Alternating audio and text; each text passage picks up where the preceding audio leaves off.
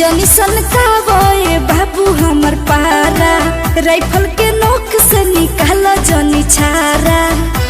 अरे टेलर हरे पगली। अच्छा जनी सनकावे बाबू हमर पारा, राइफल के नोक से निकाल जनी छारा।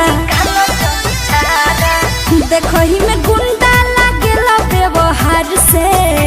तो सुन अरे आइल बाबा रात गोरी धोबी परिवार से, आज तोरे पाला पड़ी खाली रंगदार से। आइल बाबा रात गोरी धोबी परिवार से। आज तोरे पाला पड़ी खाली रंगदार से। जानो तनी आइल बाबा रात गोरी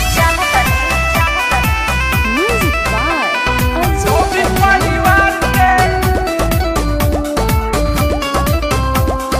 धोबी परिवार से। तोरा से बड़े बड़े बानी हम देखले, साइड में रह काहे राह बड़ छे कहले। बचपने से गुंडा है रे, तो का करबा ऐसन खाती मरादा नहीं मिली रे। आगे लागता कि चौकी हिली रे। प्यार से न मन बात मन जइबो मार से। अरे आइल बाबा रात गोरी धोबी परिवार से, आज तोरे पाला पड़ी खाली रंगदार से। आइल बाबा रात गोरी धोबी परिवार से। आज तोरे पाला पड़ी खाली रंगदार से। देखते बानी आइल बाबा रात गोरी धोबी परिवार से,